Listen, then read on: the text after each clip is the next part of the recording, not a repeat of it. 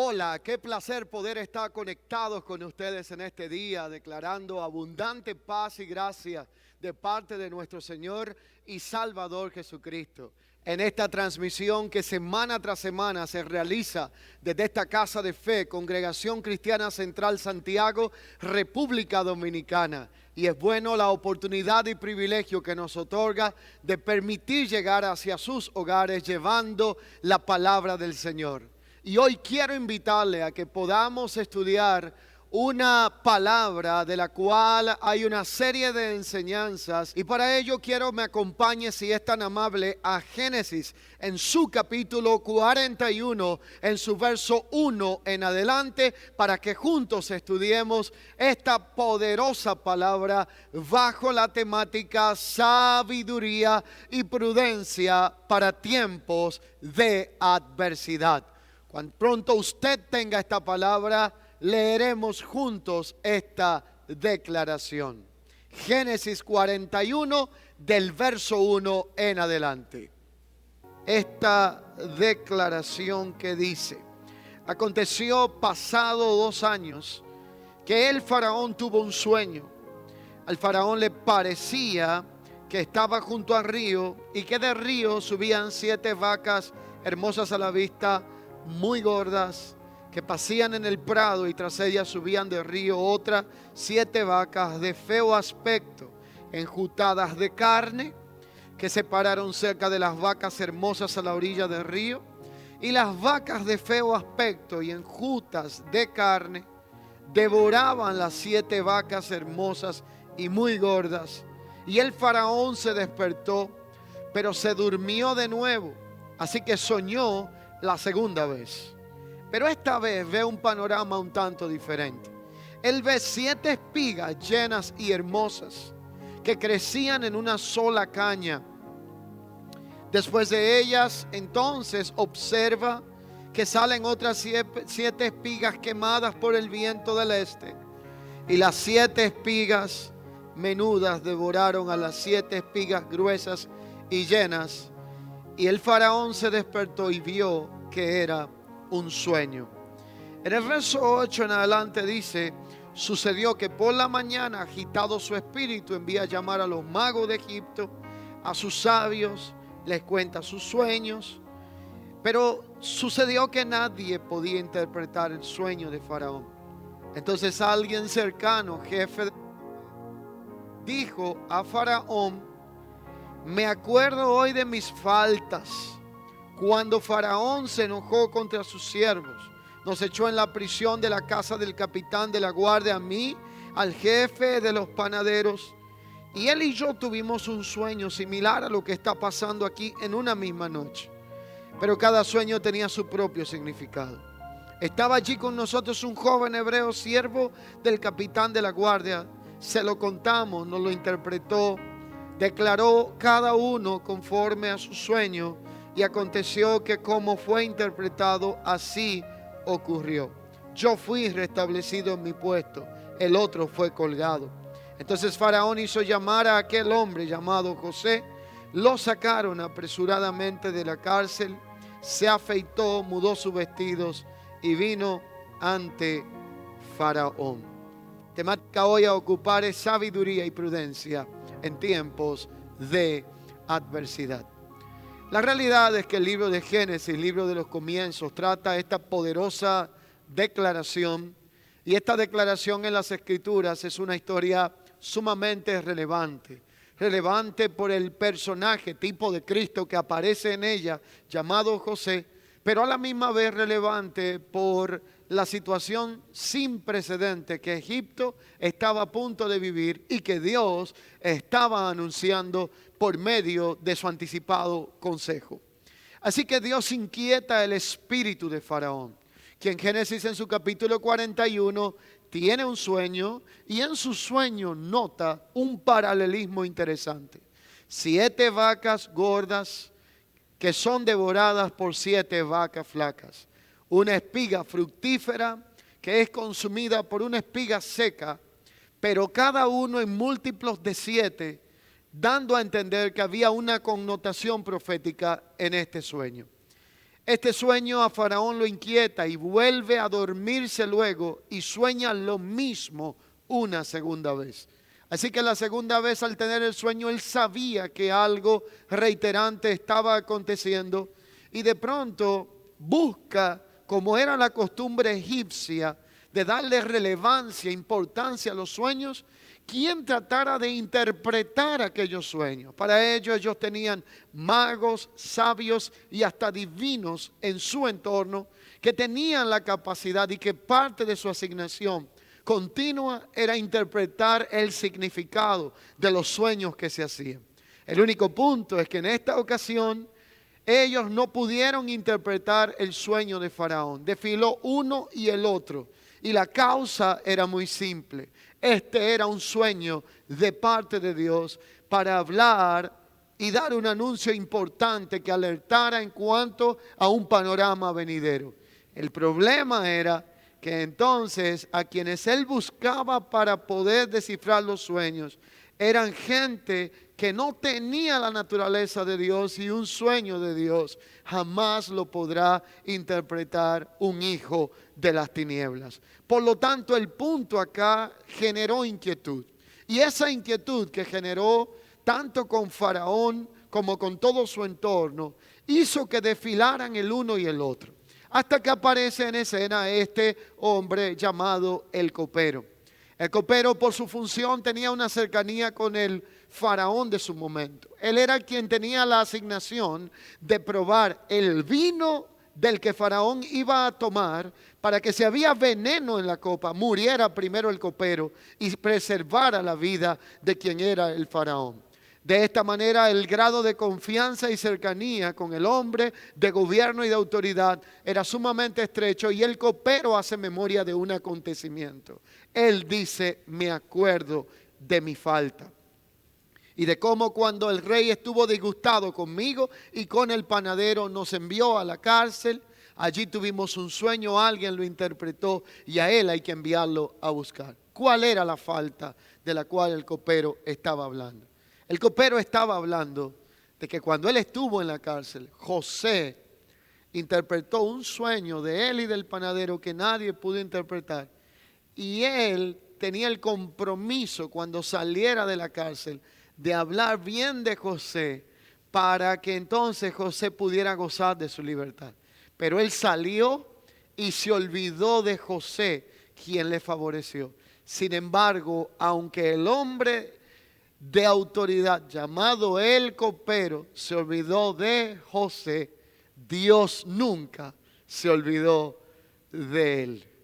Todo lo que parecía en una pausa, todo lo que parecía en el olvido, comenzó a tener relevancia cuando el tiempo de Dios cumplido hizo que a José lo enviaran a buscar para venir a descifrar este sueño reiterante que había tenido Faraón.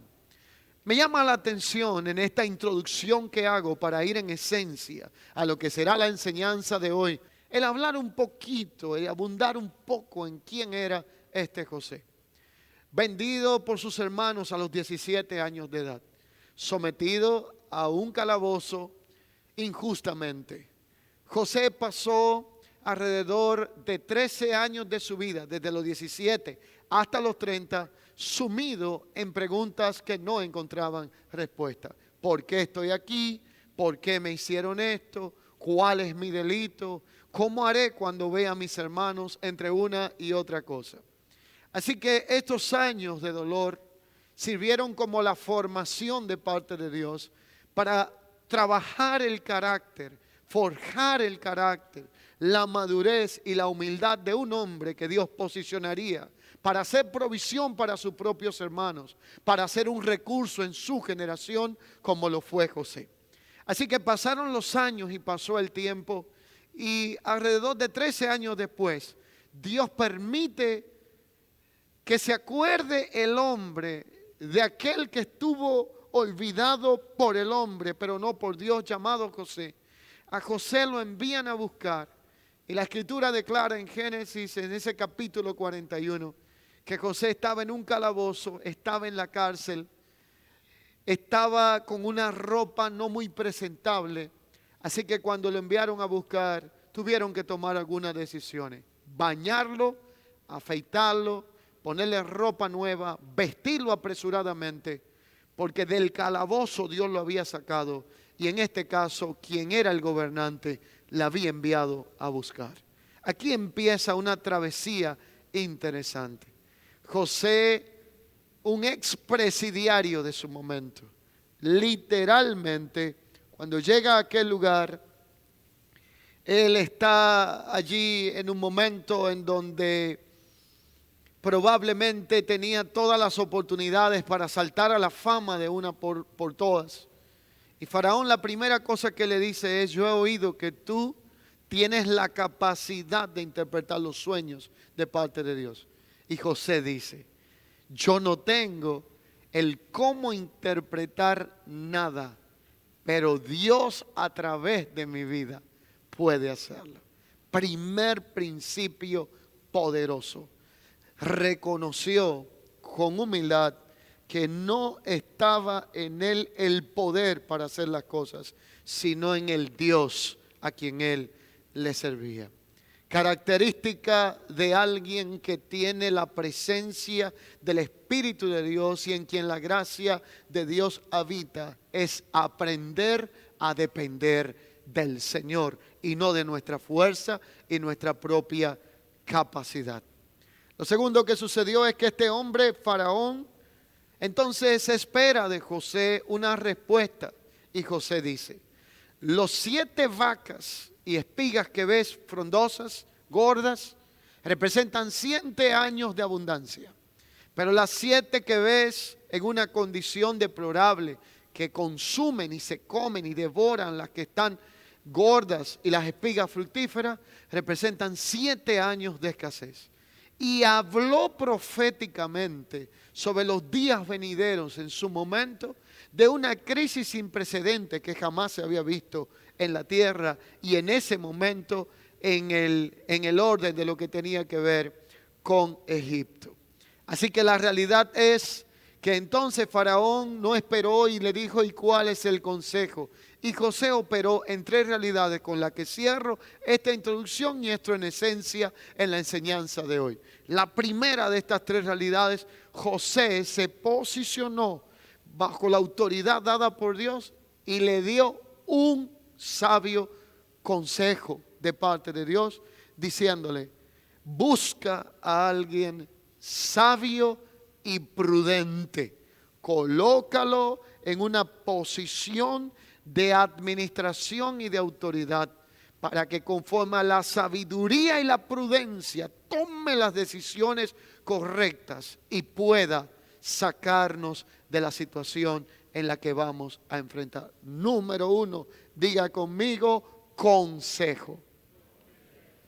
Número 2, José entonces, después de dar el consejo a Faraón, diciendo: se necesita sabiduría y prudencia para tiempos de adversidad, José trazó la estrategia. Y la estrategia fue: almacenen y ahorren mientras hay provisión, para que haya sostenimiento cuando vengan días de escasez. Este consejo entonces llevó a que los graneros de los que separaban el 10% del grano recogieran el 20%. Del ganado tenían que reservar una parte donde no la hacían mercadería como hacían con otros pueblos, porque Egipto tenía una condición, y es que sus 2 principales fuentes de ingreso eran la ganadería y la agricultura, y el sueño revelaba que las 2 principales fuentes serían tocadas y afectadas, y esto traería un colapso en la economía. Y lo tercero que hace José es desarrollar un plan de acción. Si yo tengo un buen consejo, si yo tengo una buena estrategia, pero no ejecuto un plan de acción para poder manifestarla, todo lo que pueda haber se quedará como teoría y no logrará ejecutarse en la práctica. Y la práctica fue aprovechar el tiempo de provisión para poder sostenerse en los días de escasez. Ahora nos detenemos un minuto.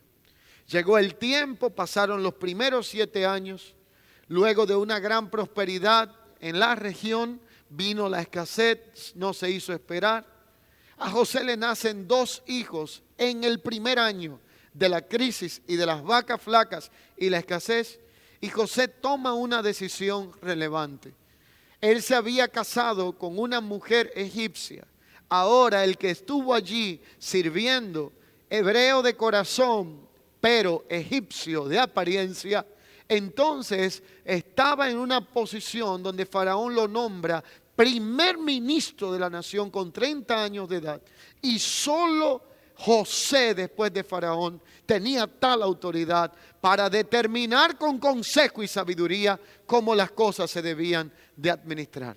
Así que nacen 2 hijos y José toma una decisión relevante.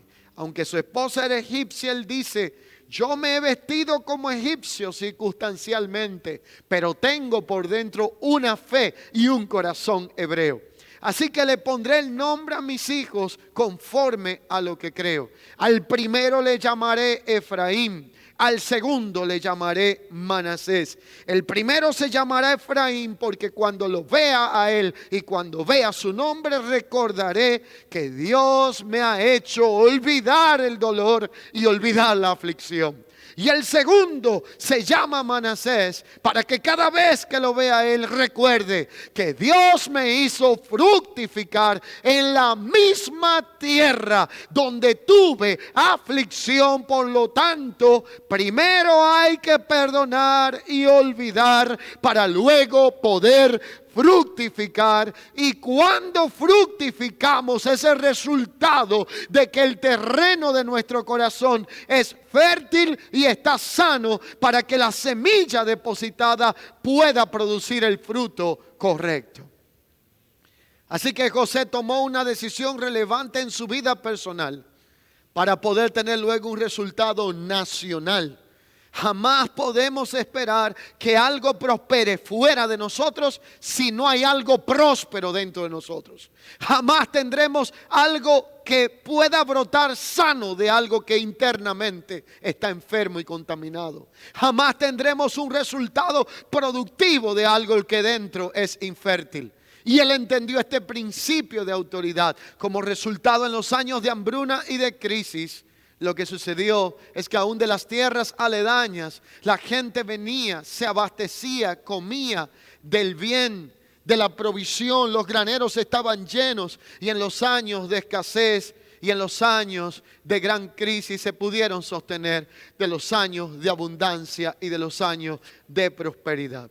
Concluyo la introducción, entro en sustancia en los próximos minutos y quiero decirle lo siguiente. La mayor prosperidad del hombre no depende de bienes materiales. La mayor prosperidad del hombre no depende de los asuntos que perecen y que no permanecen. La mayor prosperidad del hombre comienza en los aspectos de la vida del espíritu, porque lo espiritual sí puede sostener lo material, pero lo material jamás sostendrá lo espiritual en nuestra vida. De modo que lo que se ve fue hecho de lo que no se veía, pero lo que no se ve nunca podrá ser sostenido por aquello que es visible. Así que la mayor prosperidad siempre comienza con lo espiritual.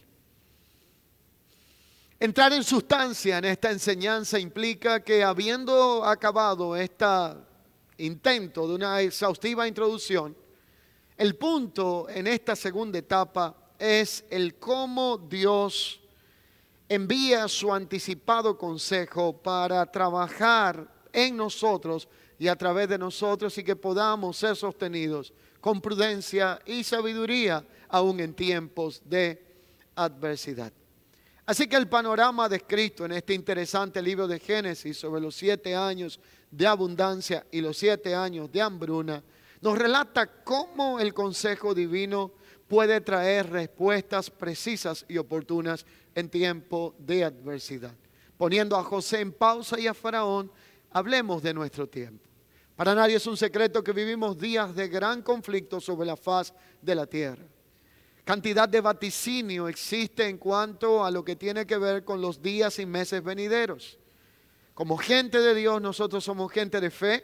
Sabemos que Dios es nuestro proveedor, sabemos que Dios hace provisión y sabemos del cuidado de Dios para con sus hijos y con aquello que Él ha creado y lo sustenta. Pero hay que tener la cabeza en el cielo y los pies en la tierra.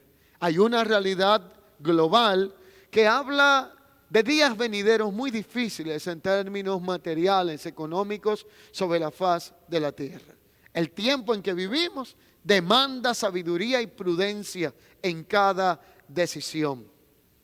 Al hacer una especie de resumen exhaustivo de la vida de José, vamos a encontrar algunas características como iglesia que somos. José como personaje profético tipo de Cristo y la iglesia de Cristo que somos, que de igual forma nos toca jugar un rol fundamental en este tiempo presente sobre la faz de la tierra y en el tiempo futuro. También nos toca aprender de esta realidad.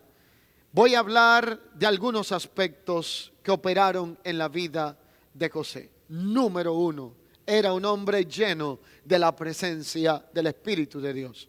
Número 2, la gracia de Dios reposaba sobre la vida de este hombre.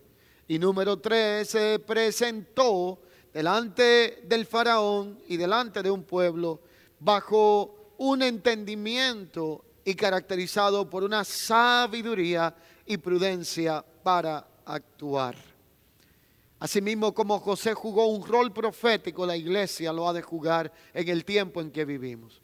A la iglesia de Cristo, que somos nosotros, nos toca ser luz en medio de un tiempo gobernado por tinieblas, ser sal en medio de un mundo que ha perdido su sabor.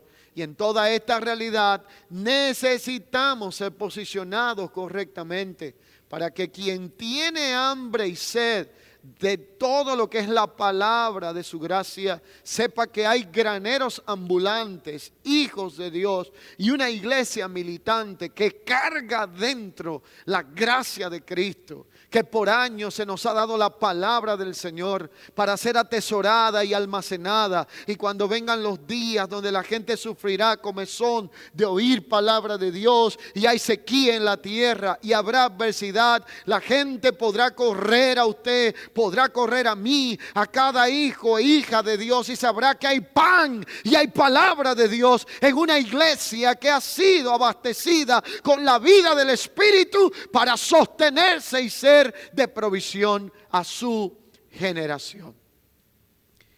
Así que sabiduría y prudencia se hacen necesarios para vivir en tiempo de gran adversidad. Pero yo quiero desempacar con usted dos conceptos referentes a estas dos poderosas columnas y declaraciones para sostenernos en día de adversidad. El primero es sabiduría. Y para aquellas personas en Egipto, lo que era hablar de sabiduría, quizás era un concepto más puntual que lo que hoy es amplificado en la vida del Espíritu para nosotros. Todos nosotros sabemos que como hijos de Dios el principio de la sabiduría, declara la Escritura, lo es el temor al Señor. Y esto abarca todo el consejo de Dios, que es lo que está escrito e impreso en su palabra. Pero para ellos, cuando hablaban de sabiduría, era sencillamente el enfoque en la cualidad atribuida a quien posee una gran cantidad de conocimiento y se distingue, escúchelo bien, se distingue este conocimiento por saber cómo usarlo con prudencia y sensatez. Esta sabiduría se desarrolla con el tiempo y se nutre de dos realidades. Una, experiencias personales y otras experiencias ajenas. Así que yo aprendo de lo que me pasa y de lo que vivo, pero aprendo de lo que sucede con otros y me da una enseñanza si soy alguien objetivo y que observo para poder sacar resultado de las etapas de dolor y adversidad en la vida. La sabiduría es aquella que viene como resultado de la reflexión de las experiencias vividas y sumadas en el tiempo. Pero la prudencia para estos egipcios tenía que ver con otra cosa. Era un término que dentro de la cultura egipcia estaba relacionado con moderación, cautela, previsión, sensatez, para evitar posibles daños, dificultades e inconvenientes. Pero el egipcio tenía 4 demandas para considerar a un hombre sabio. Y aquí quisiera que todo el que está conectado en esta transmisión preste atención a lo que voy a decir. Cuando José recomienda a alguien sabio y prudente, Faraón entendía que no había muchos, porque lo que José entendía como sabiduría en el egipcio se amplificaba. Así que habían 4 características para un egipcio ser un hombre considerado sabio. Número 1. El egipcio entendía que la sabiduría se representaba como una serpiente de 3 cabezas. En una tenía que tener una de león, en la otra una de lobo y en la otra una de perro. Así que ellos entendían que un individuo era un hombre prudente cuando tenía la astucia de una serpiente, el vigor y la fuerza de un león, la agilidad y rapidez de un lobo y la paciencia de un perro. Voy a repetirlo de esta manera: la astucia de la serpiente, el vigor del león, la rapidez del lobo y la paciencia del perro. Esto era lo necesario en el carácter de alguien para que un egipcio entendiera que tenía prudencia acompañado de sabiduría. Requisito no fácil de alcanzar. Pero cuando hablamos de este principio de prudencia en el contexto de economía, está hablando de alguien que contabiliza beneficios, gastos, con la intención de crear fondos de reserva que sirvan para administrar tiempos de inestabilidad, de adversidad y de catástrofe. Eso resumía lo que José aconsejó. Y esta realidad es muy similar a lo que Cristo declara cuando en Mateo capítulo 7, verso 24, Jesús en uno de sus sermones conocidos hace la siguiente declaración: a cualquiera pues que me oye estas palabras y las pone en práctica, le compararé a un hombre prudente que edificó su casa sobre la roca. Descendió la lluvia, vinieron ríos, soplaron viento contra aquella casa, pero no cayó porque esta casa estaba cimentada sobre la roca.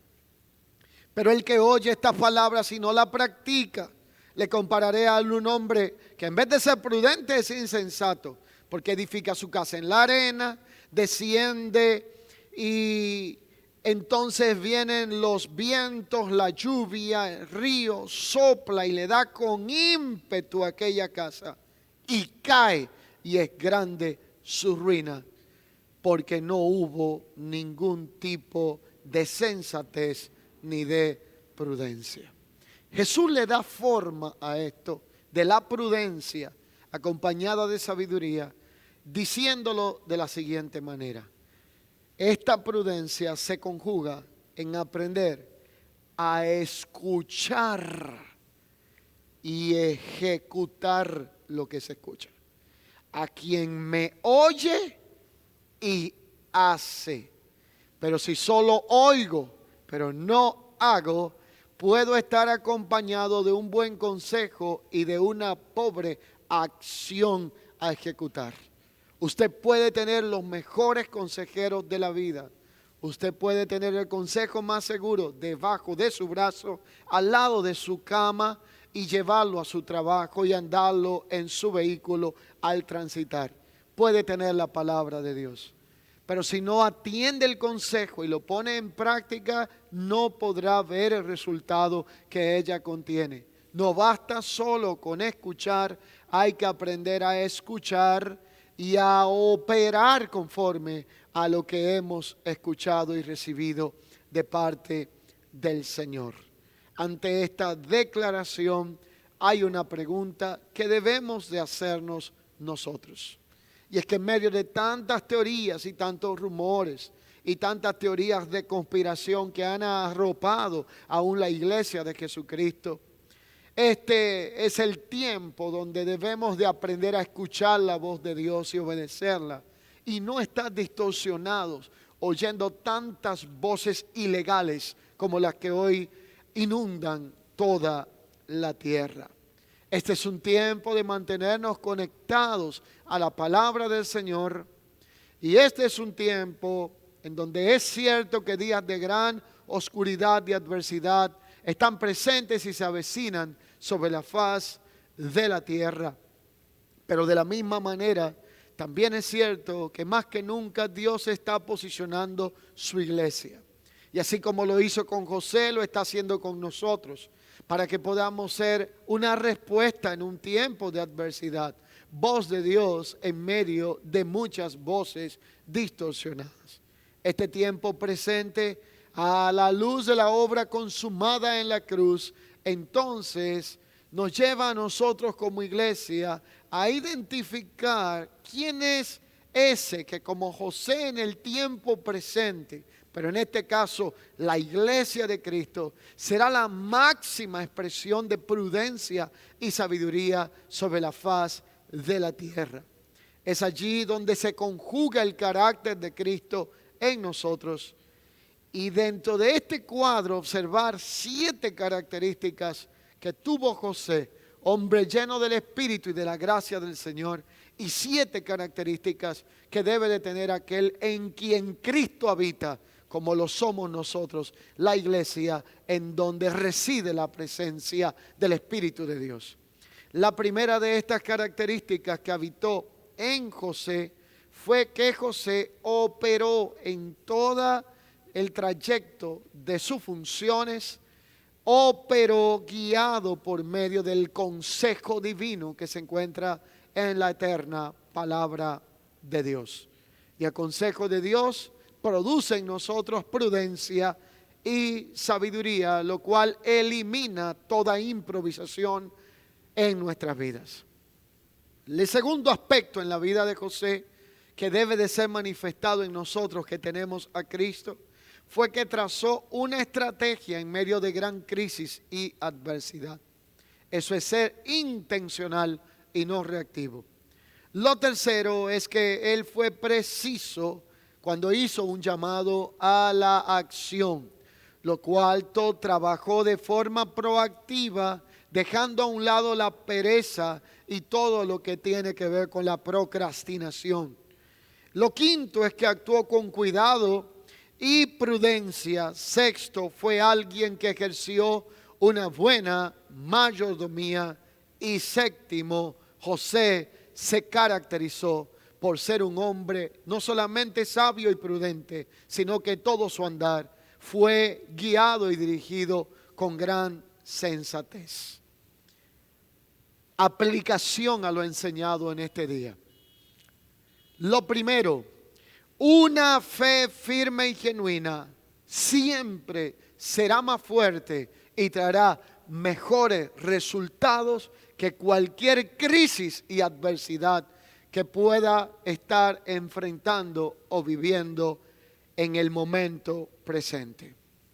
La segunda realidad de esta aplicación es la tierra de nuestra aflicción, los procesos de dolor, los procesos de escasez serán usados por Dios como instrumentos para crecimiento, perfeccionamiento y madurez en nuestra vida.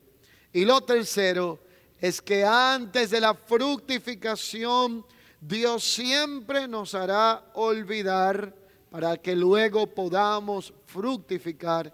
Y aquí la sanidad integral antecede a la fructificación. Ningún árbol da buen fruto si no está sano. Y el Salmo 1 nos identifica en algún momento como árboles de justicia plantados junto a corrientes de aguas de vida. Y nos dice que daremos fruto en su tiempo, nuestra hoja no caerá. Apocalipsis también declara lo siguiente, y entre estas dos declaraciones habla de cómo nos convertiremos en la hoja de medicina de parte de Dios aún para las naciones. conclusión. En los días en que nosotros vivimos, todavía estamos en tiempo donde hay provisión física y sobre todo espiritual, que es mayor que toda provisión material. El tiempo presente es un tiempo de abastecer los graneros. Y no hablo solo teniendo medidas de austeridad y de cuidado, en donde antes de dar cada paso y tomar cada decisión en lo natural, en lo material, en lo empresarial, necesitamos operar en estos dos principios llamados prudencia y sabiduría. Antes de operar, la realidad es que debemos de comenzar a hacer provisión en el contexto espiritual en nuestra vida.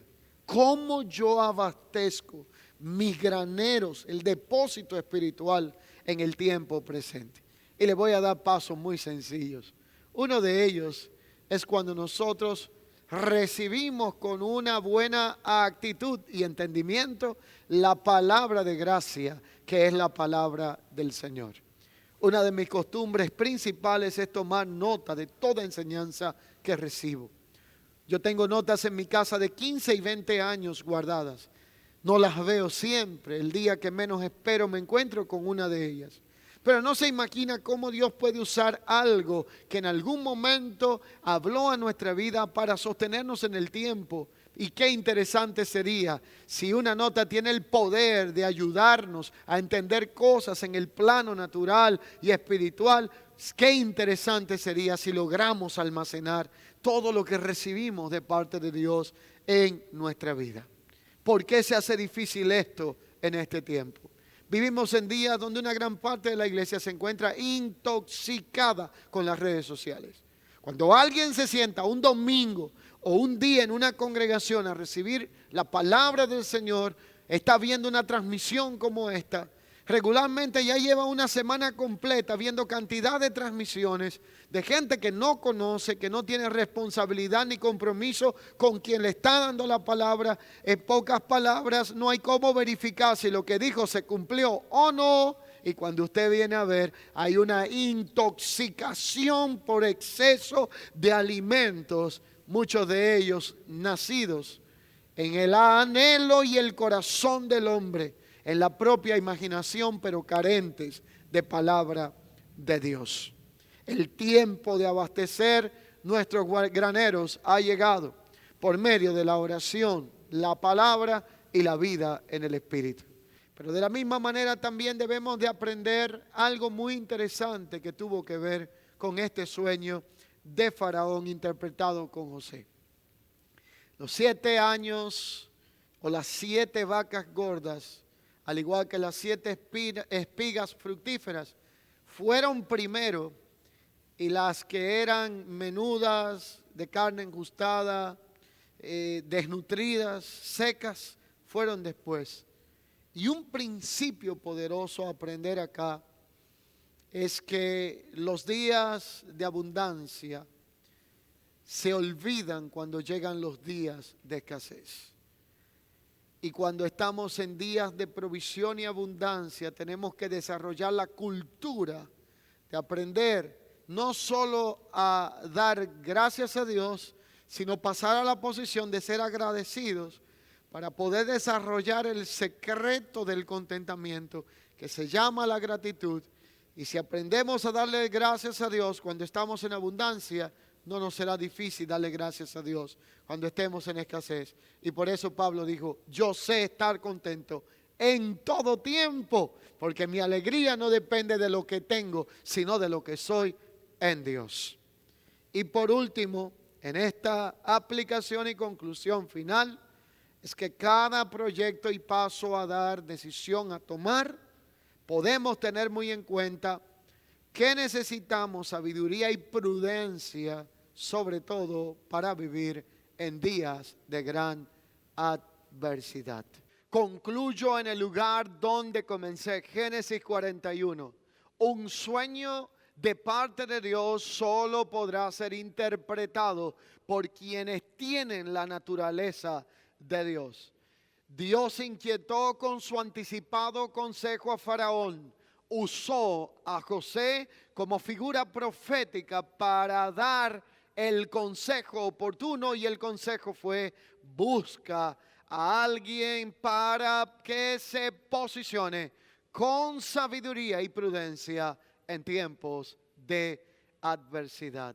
De la misma forma, hoy nosotros pedimos al Señor que haga realidad esta palabra en nuestra vida. Por eso yo quiero, me permita orar con usted en base a la palabra que hemos recibido. Padre, gracias por todo aquel que está conectado en esta hora con tu palabra de gracia.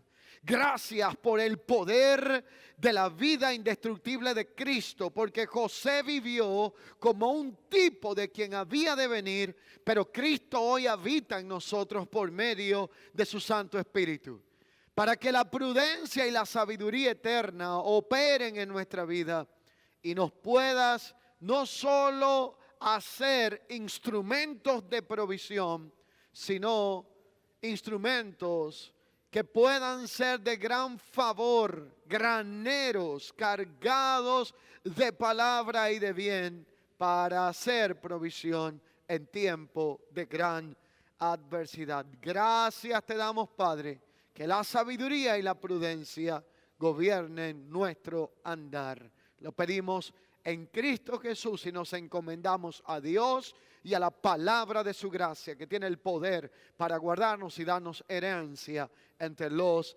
santificados. Amén.